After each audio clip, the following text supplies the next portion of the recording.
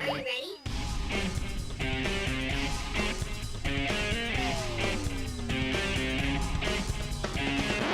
Oh, this will be a great wrestling podcast, and you can believe in that. I knew he was going to do it. I knew. This is OT3. Prepare for launch.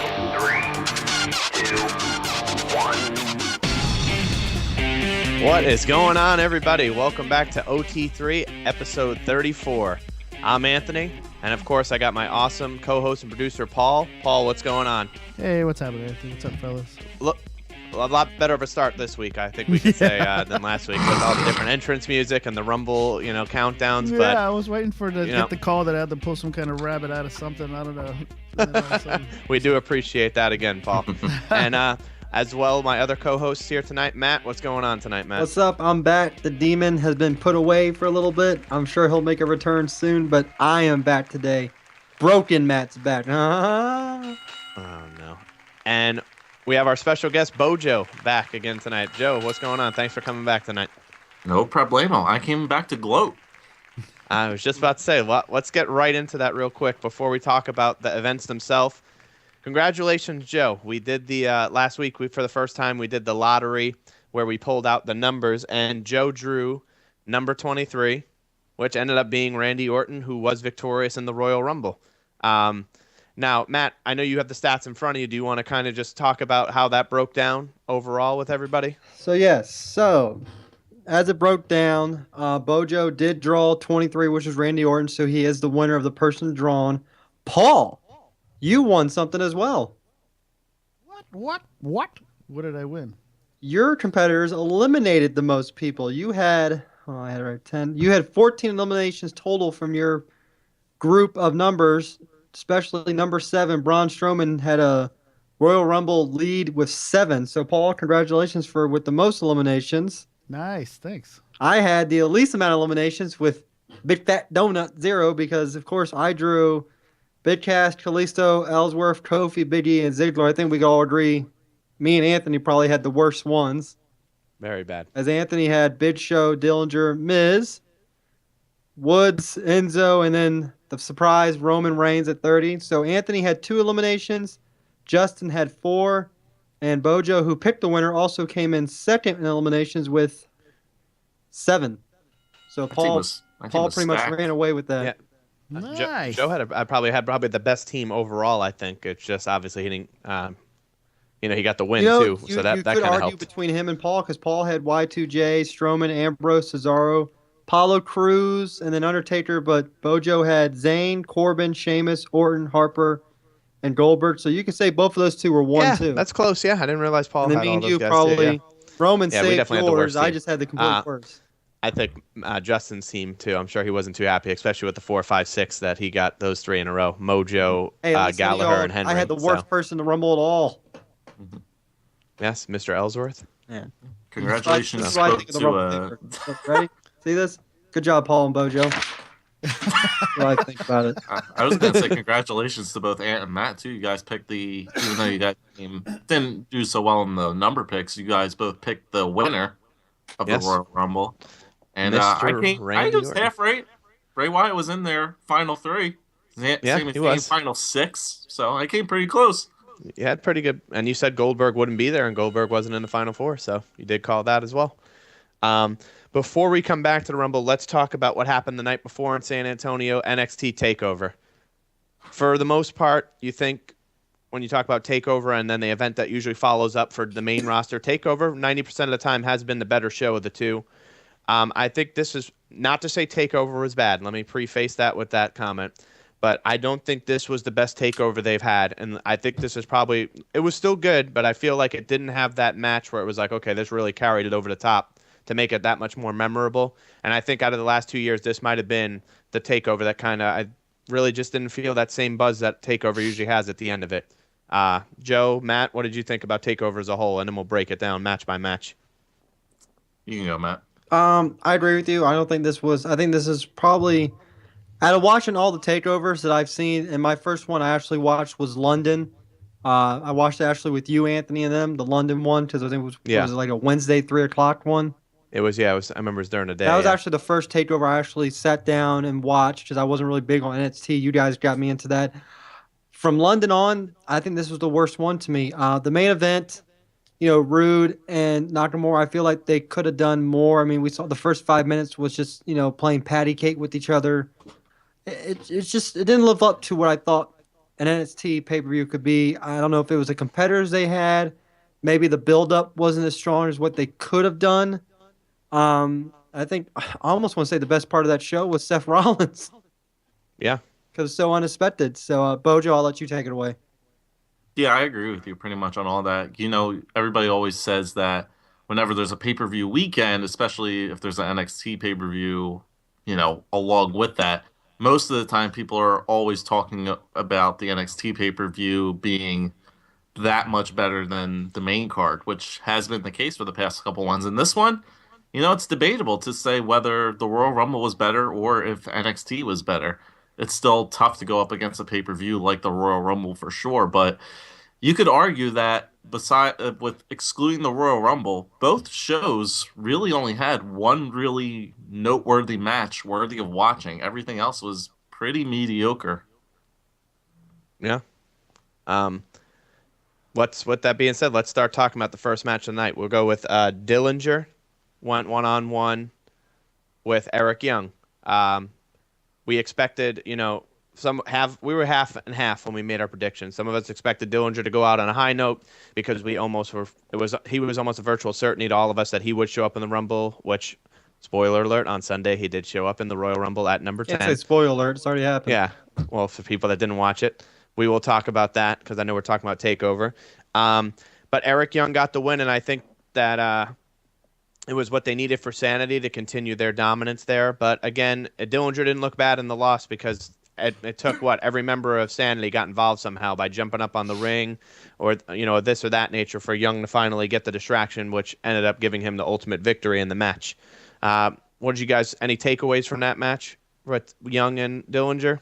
Do you think this is Dillinger's final match in NXT, or do you think he shows up at the next tapings? What do you think? I think this is it for Dillinger. I think last night was his call-up. And we saw with Sami Zayn, it pretty much was his call-up. He just had that last match against Nakamura, obviously.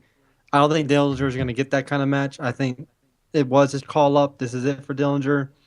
Hate to say it, the guy, I never really got to watch him really, closely, and I think he's a phenomenal performer.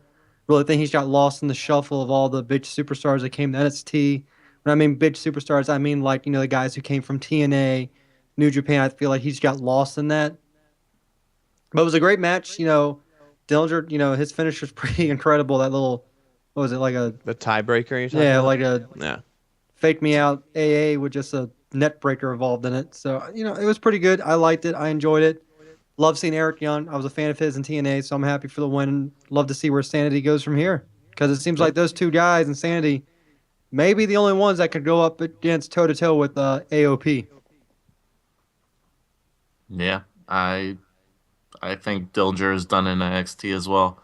Curious to see where he'll go on the main roster.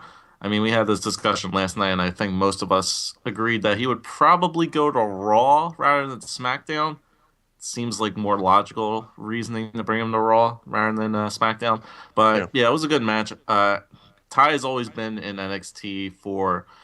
He's like the Jericho of NXT, basically, where he's there to help propel guys and push those guys forward to the next level. He's that bridge superstar to have a match with to help you out in your career and give you that what's the word I'm looking for? Give you that recognition or that like elevate you to the next level type thing. Elevate you to the next level kind of superstar. And I think that's what he's going to do with Eric Young. Push him towards that main event type of competitor.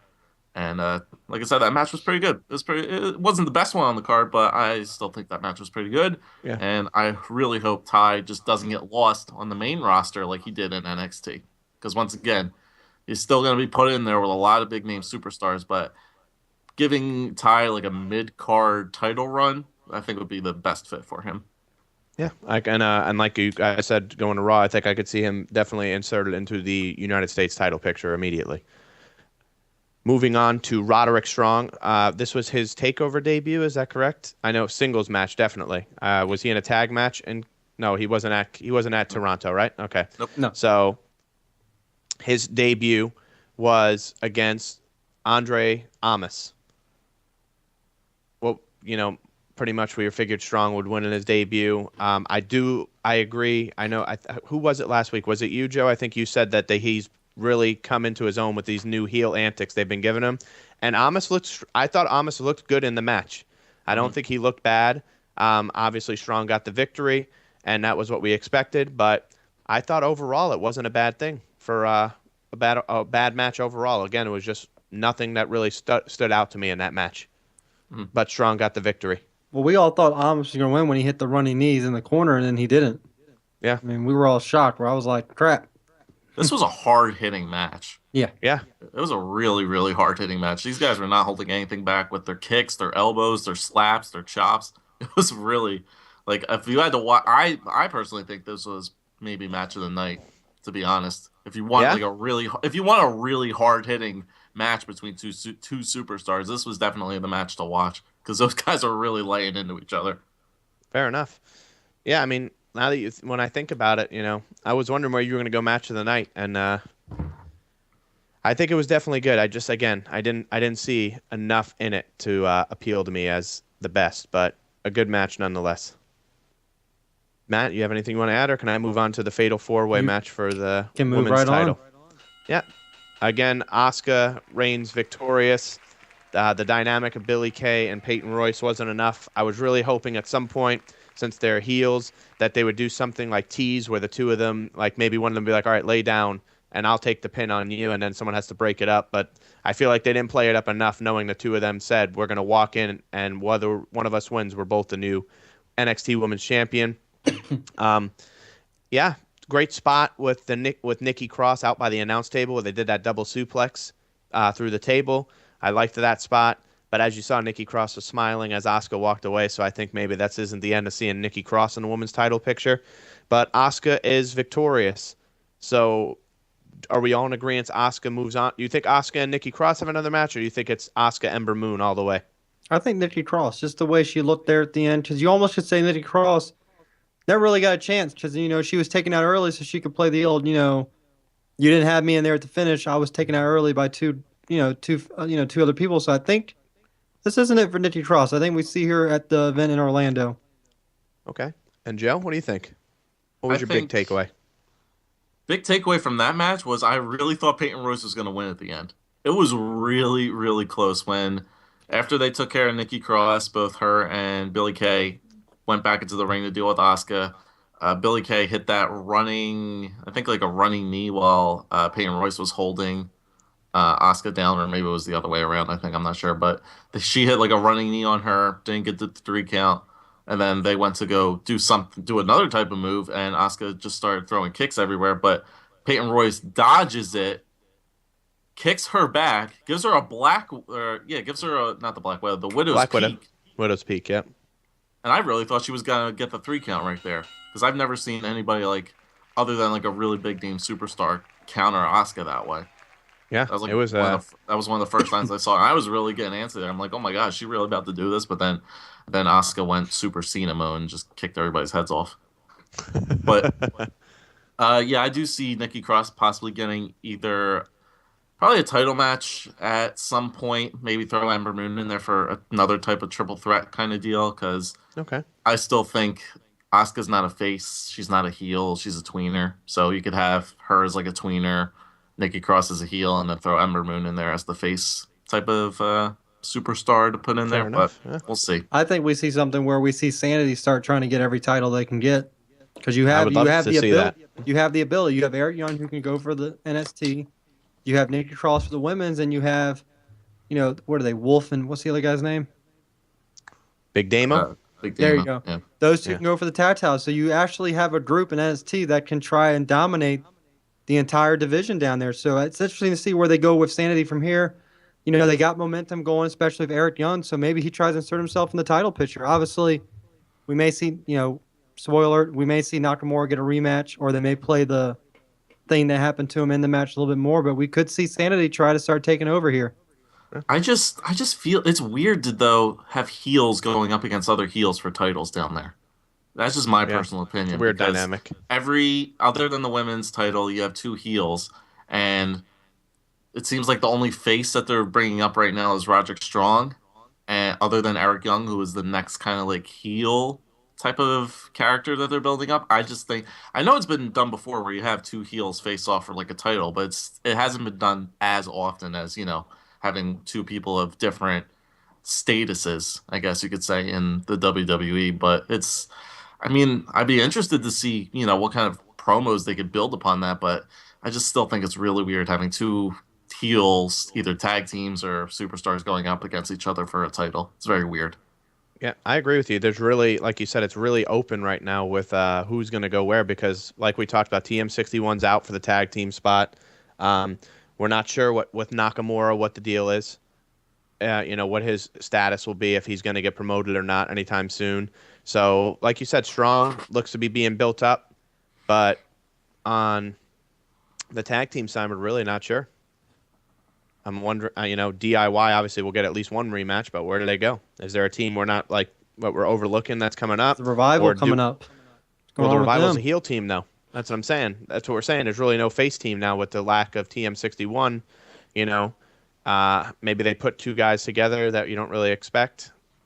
Maybe Aries comes back and goes right back to teaming with Strong, and since he's returning, he's a face. Yeah, I but don't are they I don't know what they're Aries going to do. back into a face now? I'm just saying he's coming back from an injury. I don't know how they're going to play it up. He might. The goal I think is to keep him on 205 Live. So who knows? It's definitely up in the air, I think. And with that being said, the tag teams. Let's talk about the tag team match. For me, this match surprised me a lot. Number one, I didn't think the Authors of Pain were going to win. I get they're supposed to be dominant. But again, like we talked about, there's really no face team for them to feud against, for one. Number two, DIY just won the titles. I was expecting them to hold at least one extra takeover. And this match was not as bad as I was expecting between the two because they're two completely different kinds of offenses. DIY is going to be, like more speed in their game, and they're going to, try and do quick hits, and get to you quickly, where Authors of Pain is a power team. And their styles meshed pretty well, I thought, for the most of the match. I really thought I was expecting this to be a lot quicker of a match, but they had a lot of great moves. The submissions, where they had both of them, I said, are they going to get the Authors of Pain to tap out? And then he body slammed Ciampa onto Gargano, or I'm sorry, Gargano onto Ciampa.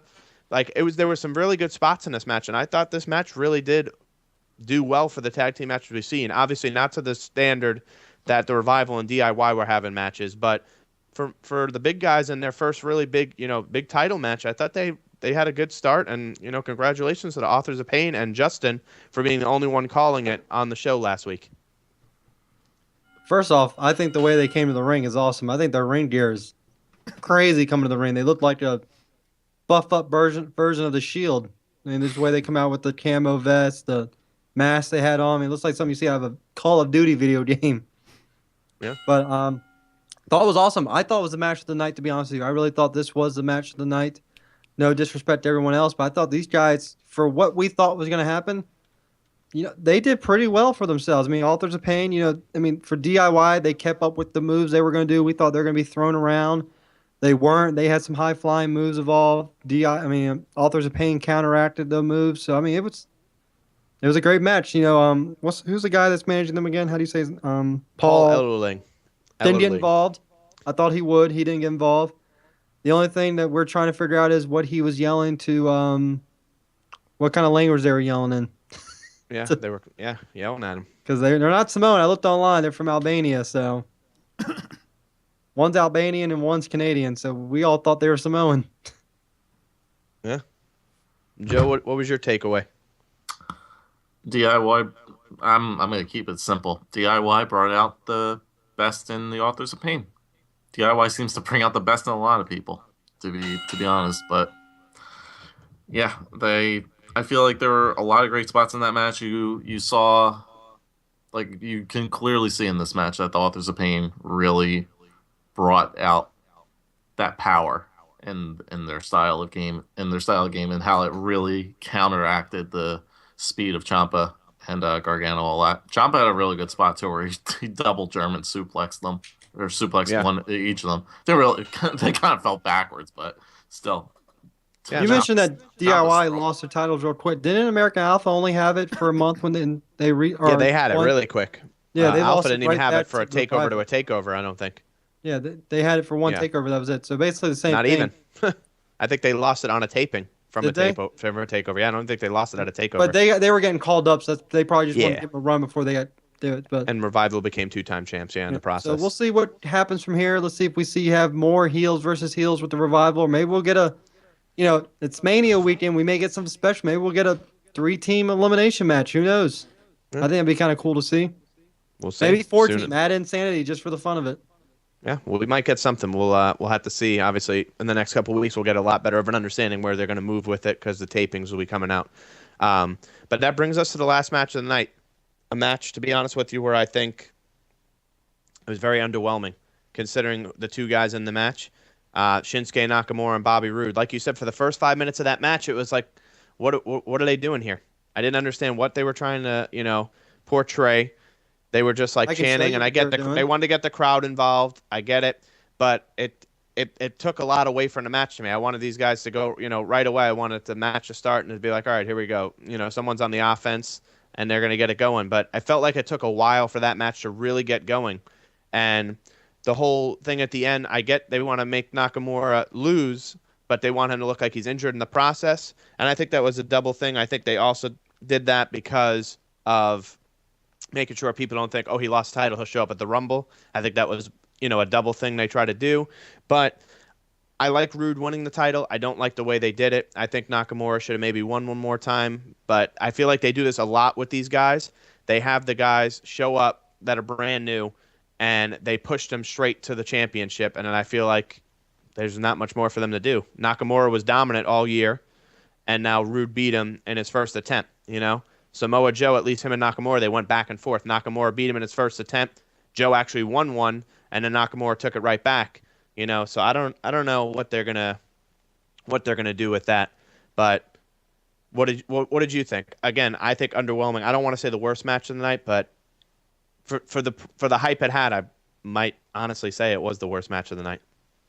I agree with you. Pretty much the first 5 minutes for them of just doing this to each other, slapping hands. It pretty much was one of the worst matches. It probably was the worst NXT Championship match they've had since NXT has been there.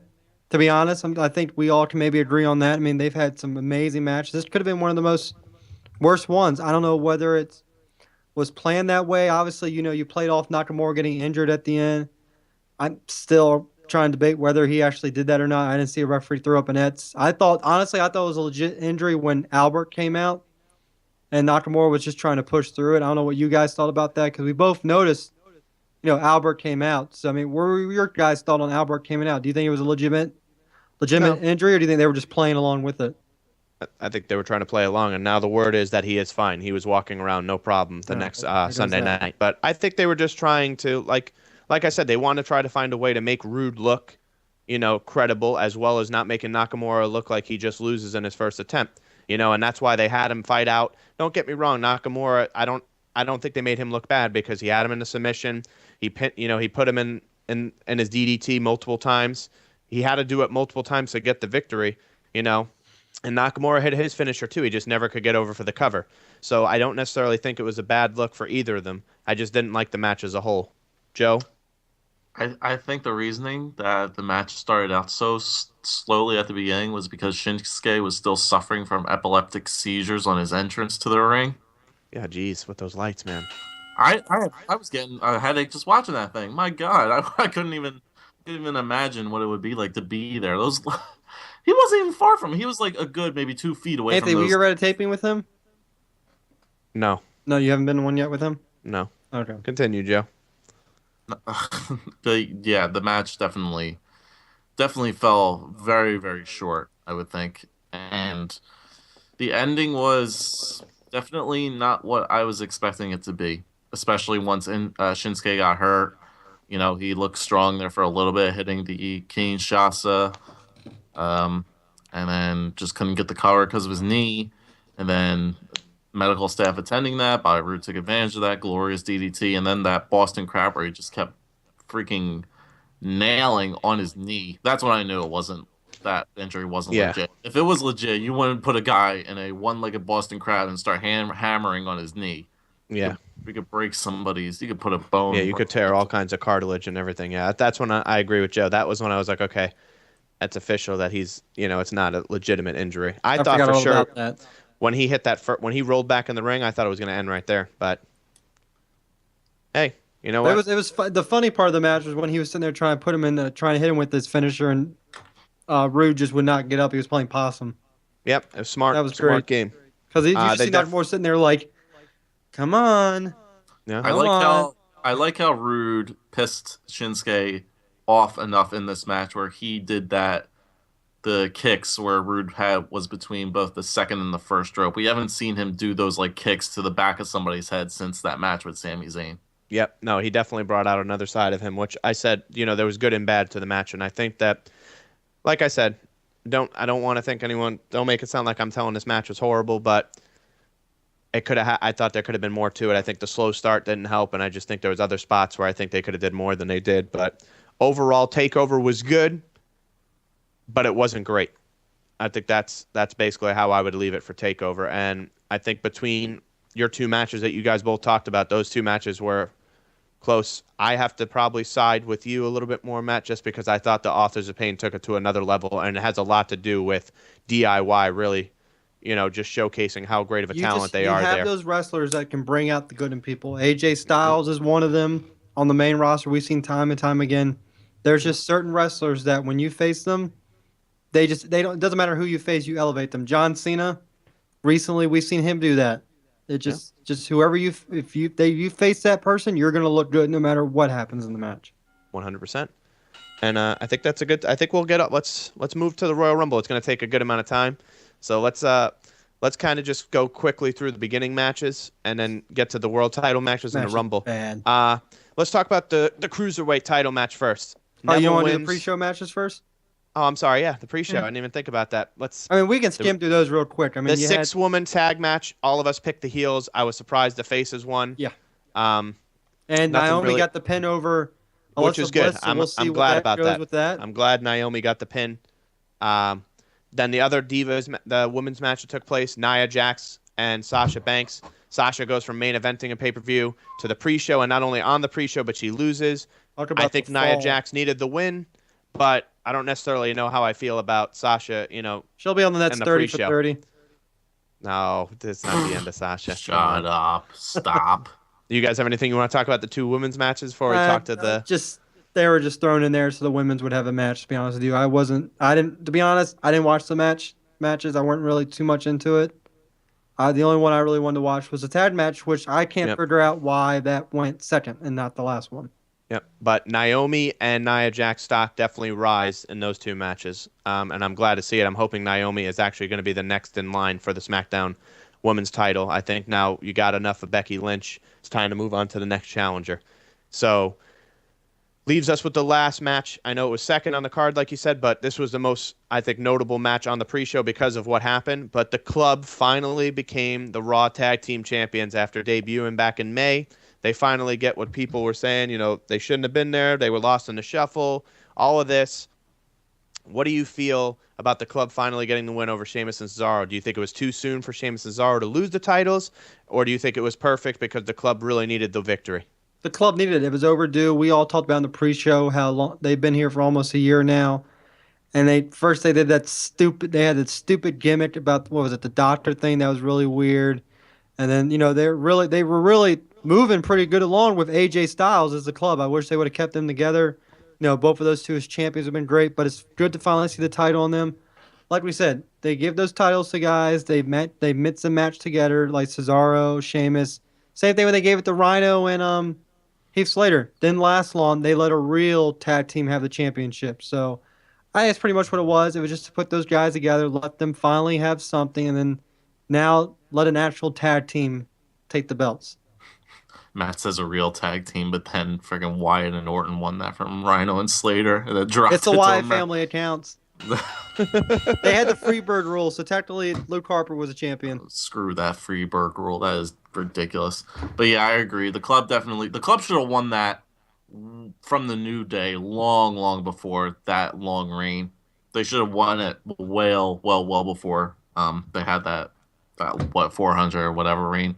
But I feel like it's definitely worth it for them. You have way too many. I feel like you have way too many tag teams on Raw, enough as it is. So you need to put it in the, or at least face teams as what I should say. So you need to put that in the hands of a heel again, so that you can give another person a chance. So you had Sheamus and Cesaro, who will probably get a rematch tonight on Raw, more than likely, because Raw always likes to, hey, let's just reuse every match that was on the pay-per-view last night and put it on Raw again, because that's what Raw people do. But yeah, as much as I don't want to see it, you're probably going to see Enzo and Cass probably next up for the tag team title thing, because they are the ones who have yet to touch it. They should have had some tag title by now, NXT or something. Never, I feel like never won an NXT either. they should. I mean, I don't know how much you guys like them. I think Big Cass is great in the ring. Enzo, but his mic skills, he is the Skywalker of whatever he says it. Smack Talker Skywalker. Yeah, he definitely is a great in-ring promoter. I think those guys deserve a run sooner or later.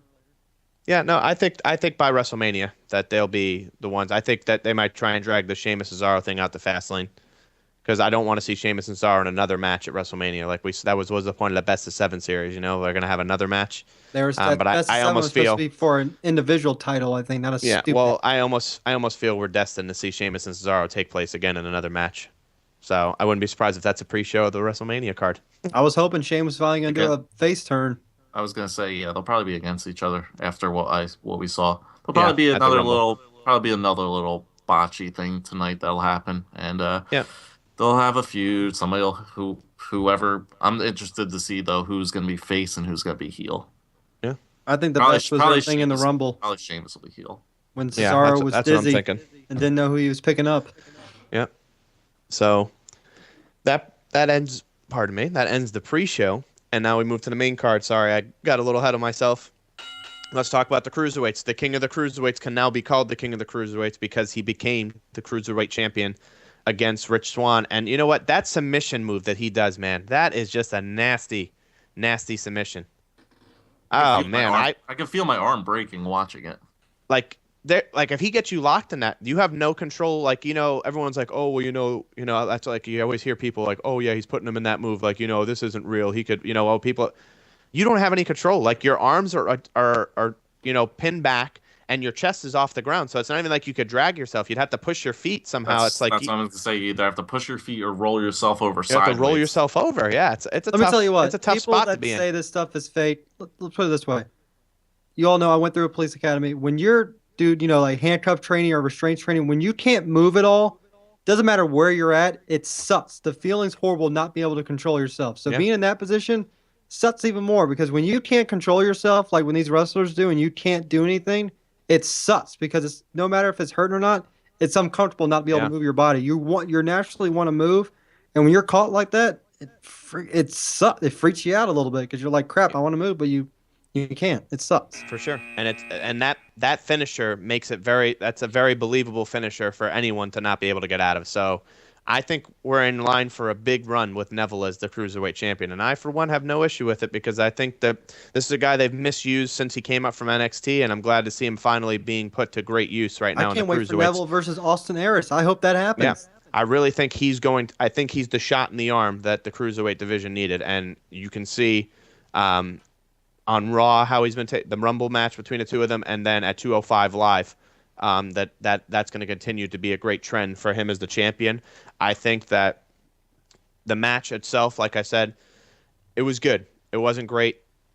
Swann had some great offense there at one point. I remember he was just all over the place. Like he did a flip out of the ring, off the ropes. So they were really starting to move and pick up the pace, which is what I wanted from the beginning. But no complaints about that match. Neville is the champion, and I have no real issue with it. The only issue I have with 205 is that half the people in the audience, unless you watch 205 or you watch tournament, they really don't know who Rich Swann was, who most of these guys were. And it kind of sucks for these 205 guys, because they put on hell of the matches during that event.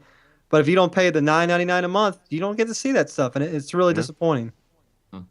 Yeah, I agree. It's like WWE there. There you go. Give me some money. It's only the people who go to those live events. You don't get to see it if you go to Raw. It's only if you go to SmackDown you're able to see it. And I think it sucks because the 205 matches are better than the cruiserweight matches on Raw. Yeah. Everything's better than Raw. But as hopefully Justin would say. yeah, but hopefully when Neville as the title holder now, he's a more recognizable name. I think people will start to pay attention to the division a little bit more now from when Brian Kendrick held it. So hopefully they'll elevate that to a whole new level. And I like Neville because he has 3 finishers. Yeah, I think, like I said, I can't say enough praise about Neville. But I could talk the rest of the show about Neville. Can we get a Green Arrow versus the Red Arrow match? I think we might get something. I think Green Arrow will come back eventually. I think he will, but we'll see about that. Let's talk about another title match and the second match Raw had on the main show, and that's Charlotte versus Becky Lynch. Good match. Bailey. I feel like since. Oh wow! You just said Becky Lynch. Jeez, I didn't know. yeah. Charlotte versus Bailey. We know who's on Anthony's mind. I know, Becky Lynch. It's her birthday today. Happy birthday, Becky Lynch. Charlotte versus Bailey, though. Matches were wasn't great. I feel like since we got really a huge fix with the Charlotte-Sasha feud, like how great those matches were, main eventing and just match after match putting on, the best match on the card. I just feel like this match didn't live up to the same hype, not to say it wasn't good. It was a good match, and I loved the finish. I thought that was fantastic. I don't know how Bailey's moving today from that natural selection onto the ring. Well, I'm sorry, why am I apron, on the apron, which is the hardest part of the ring. But fantastic finish. Charlotte continues. She's now 16-0 on pay-per-view, and I thought it was fitting that 16, considering Ric Flair is a 16-time world champion. But is that his daughter or something? Yes, that's his daughter. It's Ric Flair's daughter, Charlotte. Yeah. All right. Gotcha. So Charlotte remains champion. Again, no issue with that. I don't see her losing. I didn't want her to lose the title. I don't like this hot potato they've been playing. So I'm thinking she goes into WrestleMania as a champion. No, I agree. Joe, Matt, anything you want to add to Charlotte? My phone's going off. No, not particularly. I didn't think she was going to win this match clean, but she did.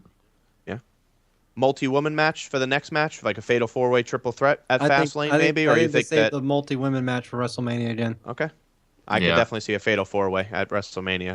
That's my thing too going forward. But we obviously have some time.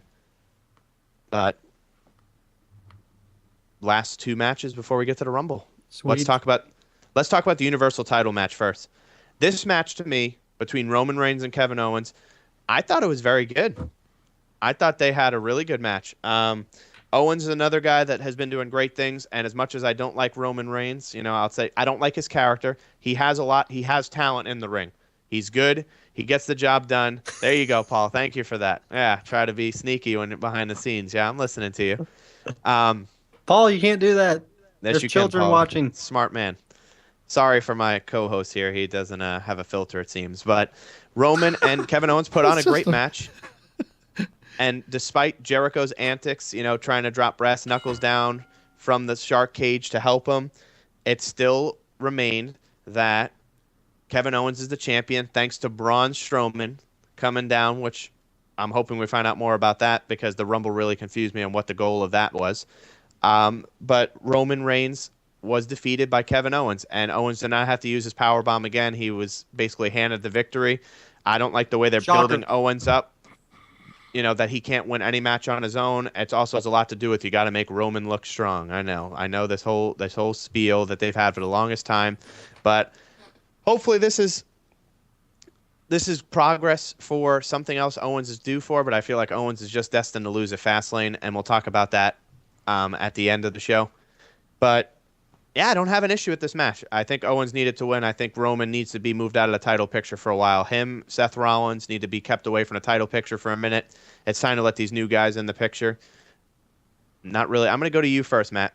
No, I'm sorry, Matt. I'm going to go to you last because I know you're going to have all kinds of fanboy stuff to say about Roman. So, Joe, I'm going to let you take it next. Yeah, there were a lot of really good spots in this match with the Kevin Owens falling on top of that stack of chairs that Owens set up at near the beginning of the match, and then we didn't see it almost happen until near the end. We saw Strowman have a couple nice little spots on Roman where he power slammed him through the table, and then the brutal choke slam through the Onto the announce table? onto the table Oh. that didn't even break. Yeah, that one was brutal. You were talking about while we were watching it too. You specifically were like, that has got to really hurt, because we were having a discussion whether it would hurt more to be like slammed onto the table and have it break, or slam on the table and not have it break, and that one probably hurt like a. Oh yeah, man. That probably hurt like all hell. Because all the momentum just jolted into his, like, right onto his back, because there was nothing that broke it. Ugh. And I was right. I told you guys last week when we did the thing, Jericho was going to do something in that cage. He was going to drop something down to Kevin Owens. He did. The brass knuckles. I'm done. All right there. Matt. Just called it all. Go ahead, Matt. Talk about Roman. Oh, great match. Like we said, the Braun Strowman thing made 0 sense after what happened later on in the Rumble. Obviously, this wasn't the last we saw of Roman of the pay-per-view, which I thought was pretty awesome, by the way. I know you did. Of course you did. Actually, you all know who I was rooting for at 30. It wasn't for him, so. Yeah, whatever, Bojo. Whatever. Capitals are still in first place. But anyway. This is the sports talk. What the hell? But no, like everyone said, it was a decent match. It was a great match. It was one of the better matches this two has put on. And like Anthony, me and you talked about again, I wish these guys would take a page from New Japan and just let the champion look strong. Let him win on his own, because this is the same thing they did with Seth Rollins. How many clean finishes does Seth Rollins have? I don't think he had any when he was the heel How many has Owens had so far? I don't think any again. Even when he won the title originally, Triple H pedigreed Rollins, so I don't... What is wrong with the clean finish? There's nothing wrong with it. You see on SmackDown... My thing is, what is the logic behind it? This guy beat John Cena clean in his first match as the NXT champion, so he can't beat anyone now? Yeah. I don't know. I don't get it. Look at SmackDown. It's not the character. That was a clean finish, wasn't it? It's not the character he has, though. He's aligned himself with like the authority, so it just makes sense to have him win. He's still an authority? I didn't even notice. Well, I mean, Triple H helped them win the title, so that's why Seth Rollins hates him so much. It just makes sense to have him win. Speaking of Seth Rollins, yeah, we didn't talk about that at all. I was just about to say that. Before we get to the Cena, can we just mention that real quick about Takeover? Yeah, what did you think about Seth Rollins coming out at NXT? It was awesome. Huge shock to me. And I liked it because it didn't take away from the Rumble. Corey Graves was talking. We didn't see. No one saw him jump in. Obviously, you saw him. He had a hood, so obviously he was probably sitting down there somewhere.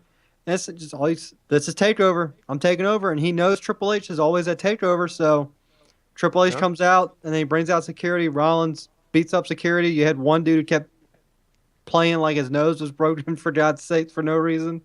I think it was Bojo. I think you commented on that one. Maybe it was Justin. The security guard that Rollins blasted. Like he got hit. Oh yeah, like the rip. Yeah, and like he said, Triple H in the after thing, and I'm really looking forward to this feud. As he said, you came here to NXT to see the Creator.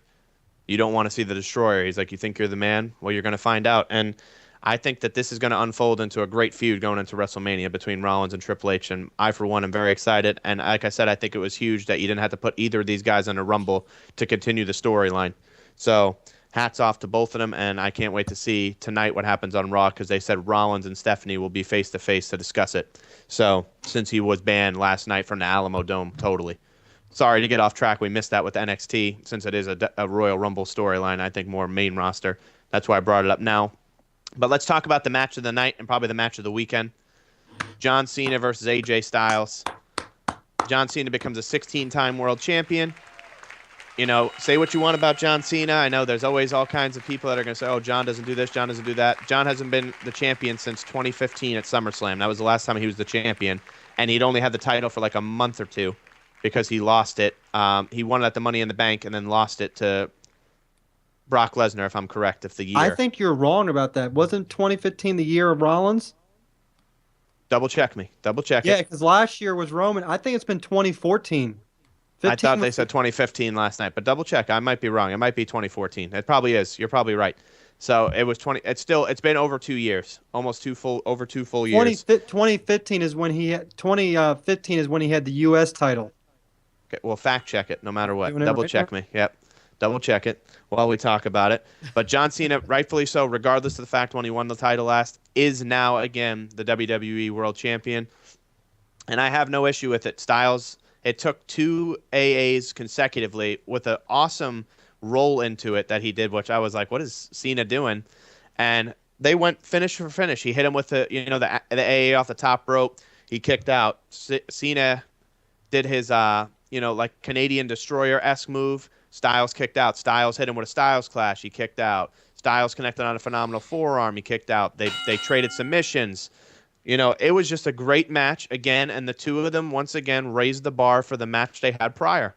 They're continuing to do that on SmackDown. SmackDown had one match. SummerSlam 2014. So over 2 years. Over 2 years since he's been since he's been a champion, not in the title picture. But I can't say enough great things. Another instant, and again, you got to think this is already a match of the year candidate, and we're only in January between the two of them.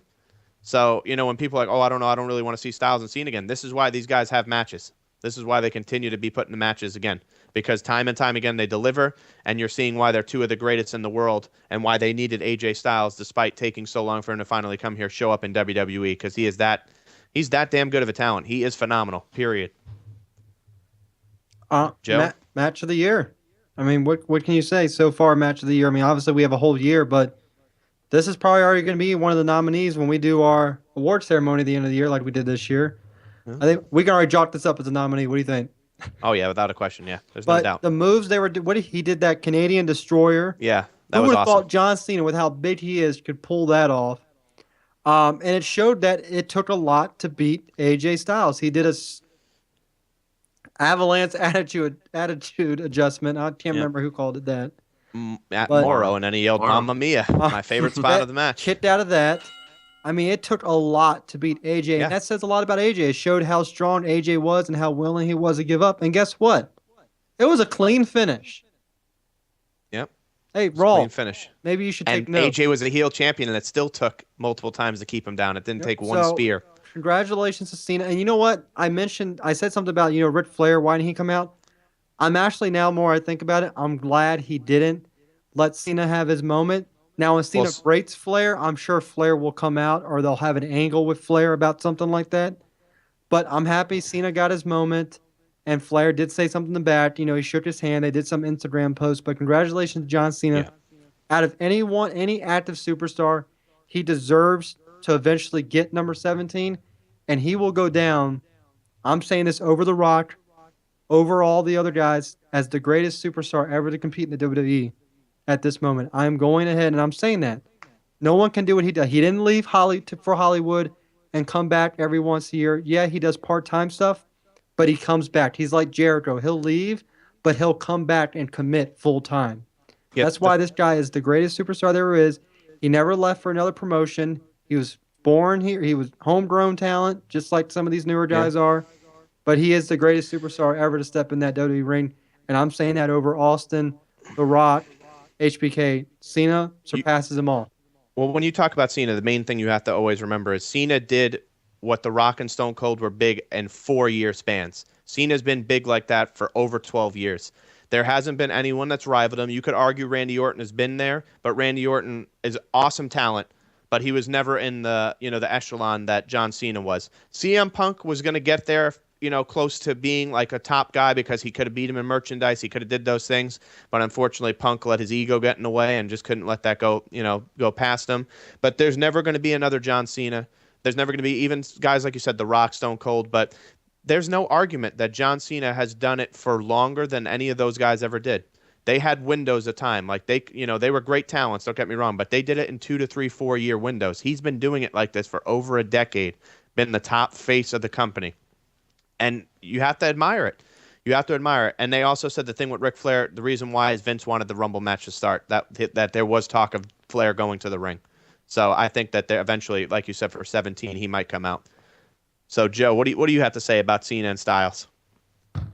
You guys pretty much hit the nail on the head right there. It left speechless. That's really one word you could describe it as, speechless. And one thing that I noticed, once that match was over, go back and listen to it. Listen to the crowd. Claps and cheers. Yeah. I rarely heard boos. And that's people recognize. That's people taking away from the fact fans. That's taking away the fact that people just don't like John Cena's character. That's people recognizing that they witnessed history right there and showing appreciation for somebody who's entertained them for almost 15 plus years. He's also the only one that's 15 never plus years. He's never done a heel turn. He's always been a face. Hogan had heel turns. Austin had heel turn. Everyone's had a heel turn or flip or something. He's never had one. Do we see it now that he's got the record tied? Ever? Or you still think he'll stay true? I think he'll be a face. He stays true? The way he does the Make-A-Wish. And also, what about that? Going to the stand. That was awesome, yes. Give that kid the belt. That was and that's why John Cena is always going to be one of the greatest of all time.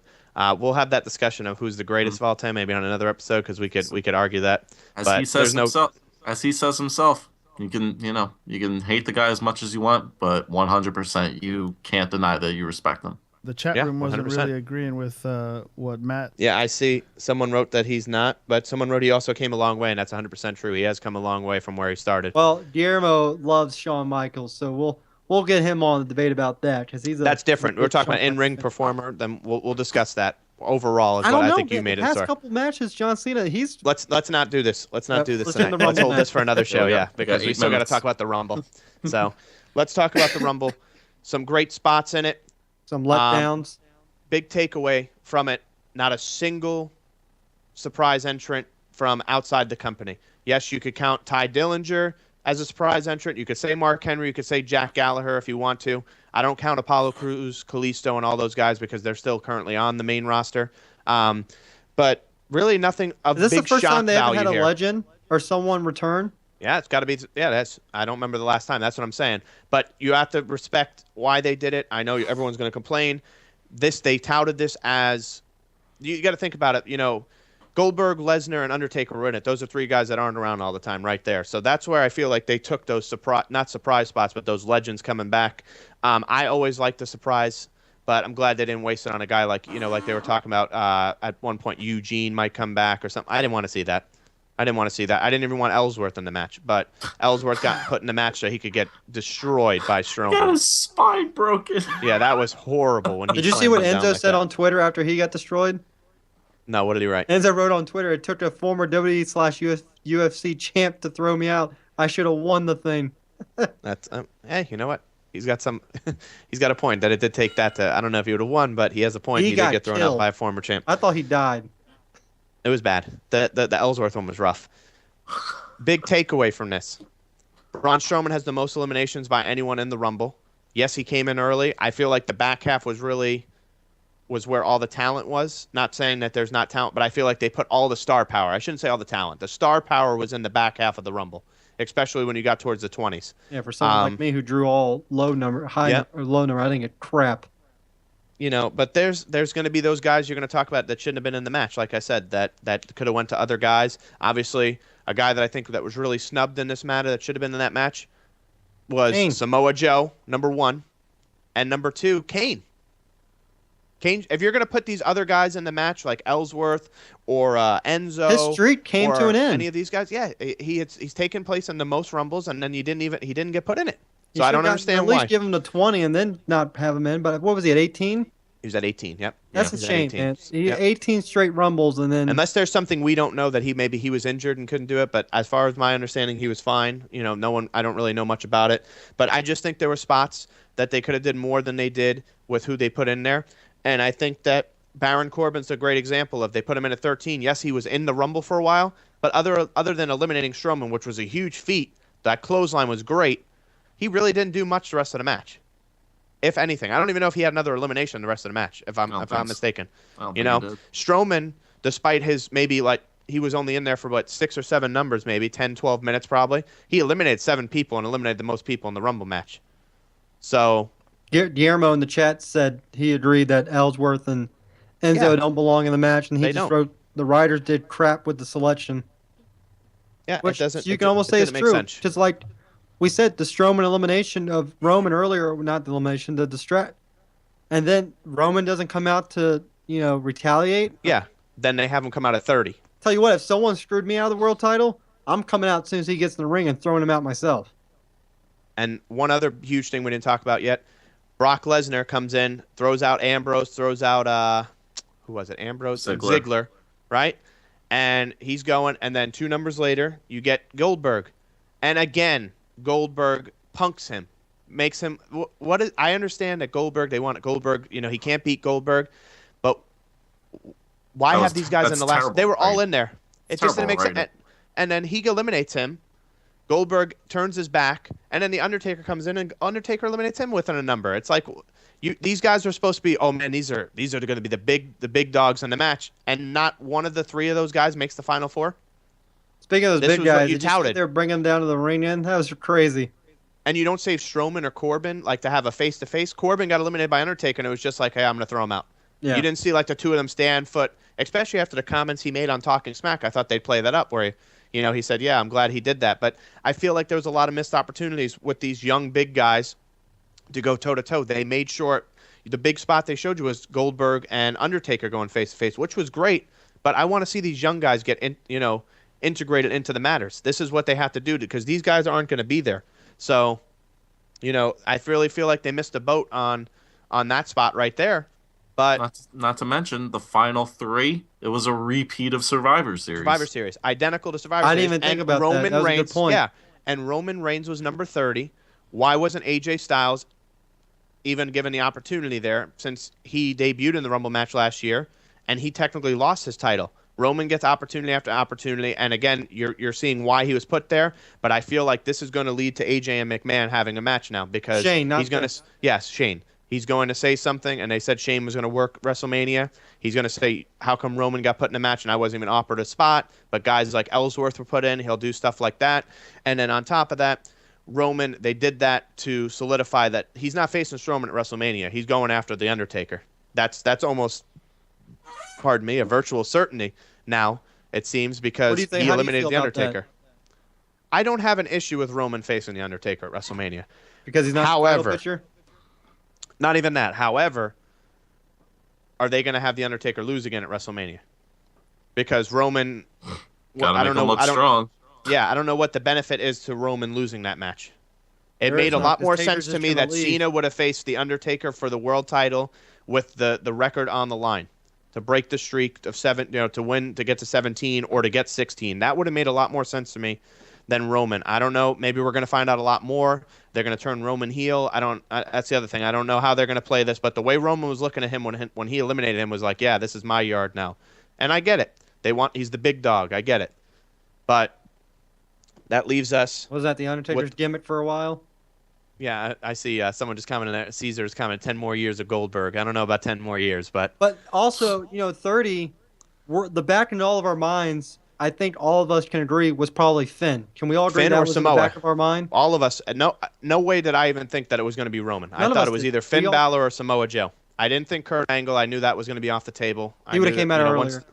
I just knew that they weren't going to do that. Because honestly, even if you bring out Finn, that's not a bad match at WrestleMania. If you set up Finn versus Taker, and that's why I think they didn't do it because I think people would have lost their mind if Finn returned and lost in the Rumble. Yeah, and I think they had that pretty much set. I don't think going Finn's forward ready that either. SmackDown is going. I think he was spotted still wearing a sling.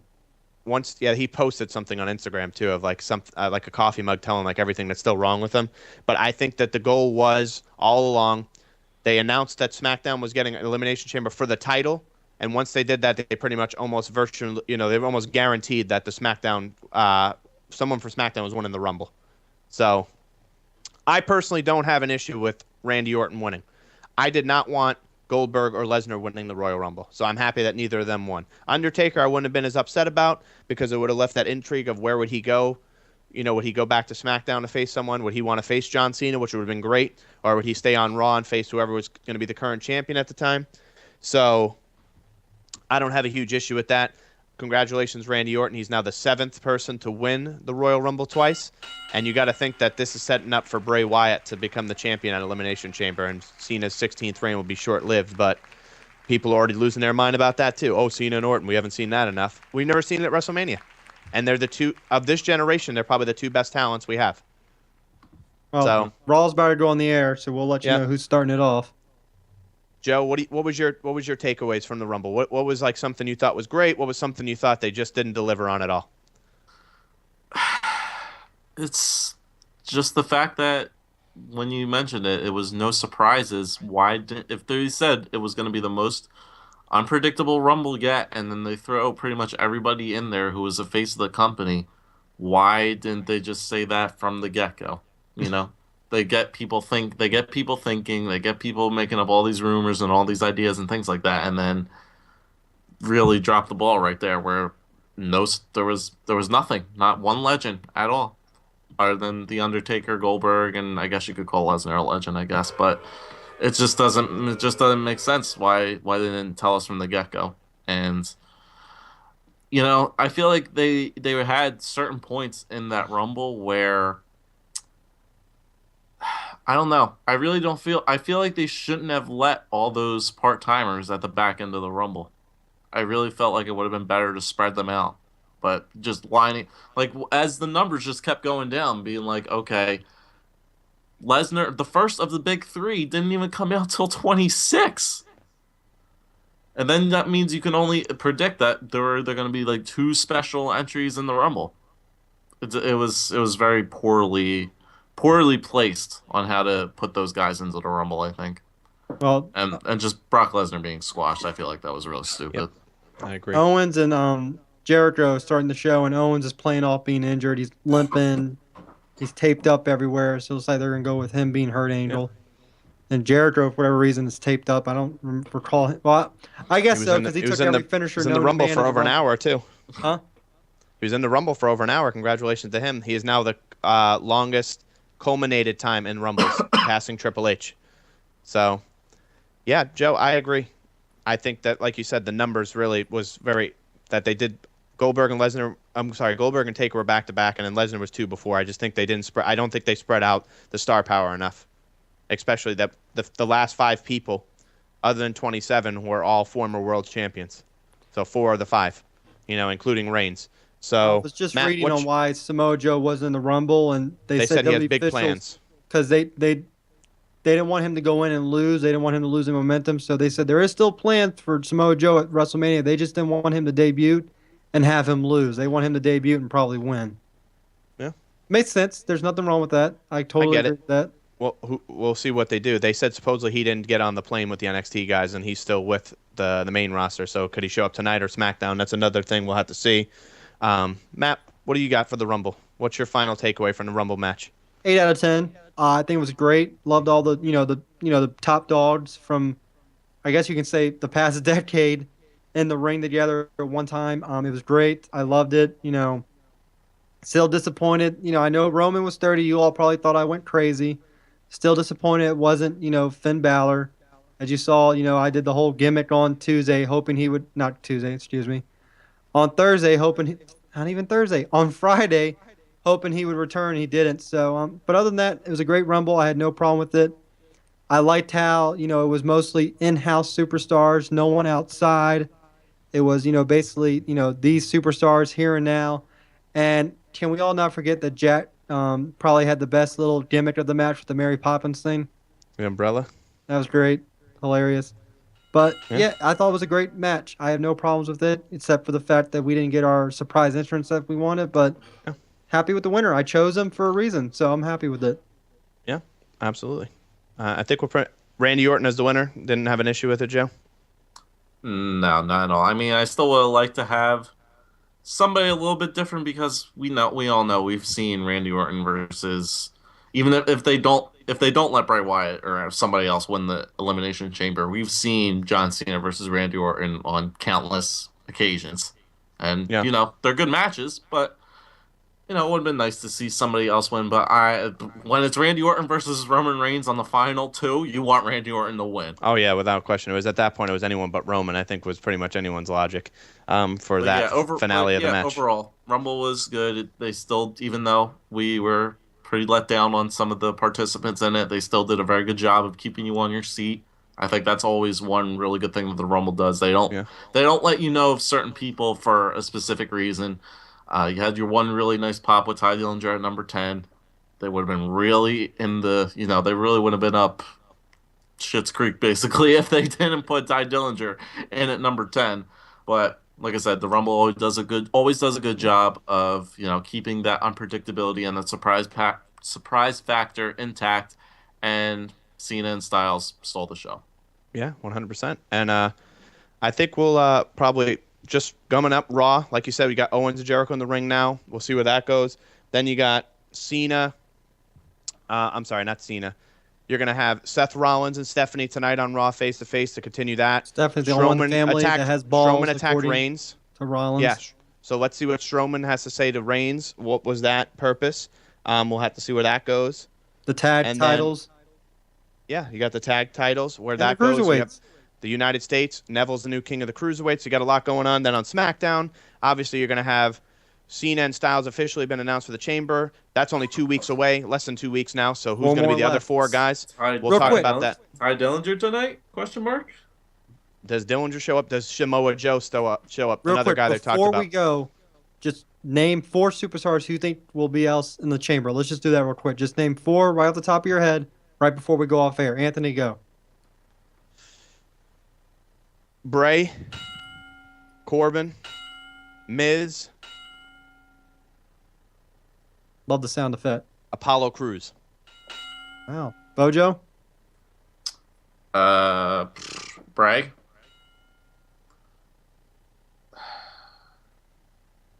Ziggler.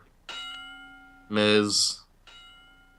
And who's the one guy Anthony said? You said Cruz. Who was the other guy you said? Apollo Crews and Bray, Corbin, Miz, and Apollo Crews. Corbin. I think that the reason I didn't pick Ziggler is I think Crews is going to beat Ziggler to qualify since they've been having a feud. That's my reasoning. Otherwise, I think Ziggler will be the 6th guy. I'm going to say Bray, and I'm going to say he's going to beat Harper to qualify. Okay. Who else? Bray, I'm going to take Ambrose. So no Intercontinental title match at Elimination Chamber, a SmackDown exclusive. No. I don't see that happening. And if they do that, I'll be kind of upset, actually. Okay. Well, I think we need the lunatic inside a cage, to be honest with you. Okay. It does make sense that Anthony put Cruz in there because you do need another face because I literally just named off all heels. Yeah. There's no face in there yet. What did I say? Why? I said Bray, Ambrose, Corbin, and this one's actually kind of... I don't want to say him because he's Raw now. I don't think he'd be involved in that. I'll go with Ziggler. For some reason, I wanted to say Taker, but if he was actually Ziggler. a part of SmackDown, I would have said Taker, but not anymore. I can see do you think maybe Samoa Joe gets put in that spot? Or if Dillinger goes to SmackDown, you think Dillinger gets a way into that match? Possibly. Okay, fair enough. We'll see what happens. Joe, yes. Dillinger, no. Yeah, because that could lead to Joe's match at Mania. All right, awesome. Well, I know we went a little over 8. Joe, thank you again for coming back tonight. We appreciate it. Congratulations once again on number 23. Yes, you might see him soon on the Shipe Sports Talk. We're getting to February already. Joe. So, Paul, I'm going to hand it over to you. Thanks, guys. Yeah, good show. Thanks, everybody in the chat room for chiming in. Guillermo, Danny, Caesar. I can't see anybody else. They're up there, though. But thanks, everyone, for participating. Adam, I think, was another one. Adam, yep. Thanks, Adam, for joining in. It helps out the show. Please subscribe. Smash that subscribe. Give us a like. On Facebook, follow us. It's Facebook / Off the Top Turnbuckle. Twitter, OT3 Podcast 1. And Gmail, OT3podcast@gmail.com. Excuse me. That's all I got. And thanks again for BOJoeKO for joining us. Bojo, do you have anything you want to promote your YouTube? Bojo has a great YouTube channel. You guys should actually check it out. Hey, Paul, you pretty much did it. It's great. Like Frosted Flakes. In the description of this episode, you'll find all his social media contact information along with Matt and Anthony. So check that out. Subscribe, follow. Everything like that. Let us know how we're doing. Let us know what you think about the Royal Rumble and what's going on this evening on Raw. That's all I got. Even if you're not a hockey fan, check out Bojo's YouTube page. I love his little be the GM that he does. It's kind of interesting to see what he does if he was the GM of the Flyers. Yeah, great stuff. Then, regardless, like I said, if you play NHL, if you play Xbox, you'll love it. Definitely check out his channel. We're very happy to have him here tonight. Tomorrow night, big show. We have our Super Bowl preview show for Shipe Sports Talk. You can catch me, Anthony, and Chris. And possibly tomorrow we could even have a bigger announcement for the big day on Sunday. So stay tuned to that. Yes. So, with that being said, I think we're gonna close it out here. Everyone go enjoy Raw. Go enjoy SmackDown on Tuesday. And before you know it, next week on Monday night when we're back here, we'll be talking about the Elimination Chamber preview already because the Rumble is 2 weeks after the Rumble. We're going right into the SmackDown exclusive.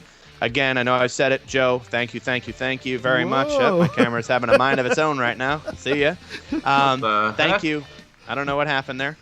We're not too sure. But, yeah, I guess we're not coming back into my face, so I guess that's the end of that. But, Joe, I want to say thank you once again for coming on to the show tonight. We appreciate it. We hope to have you back on in the future, and I'm sure, like Matt said, we'll have you on Shipe Sports Talk to talk some hockey as we get closer to the trade deadline. But yeah, I think that pretty much does it. Thanks again for watching OT3. Joe, Matt, Paul, myself. Have a great night. Thanks for watching. We'll see you next week. See ya. See ya.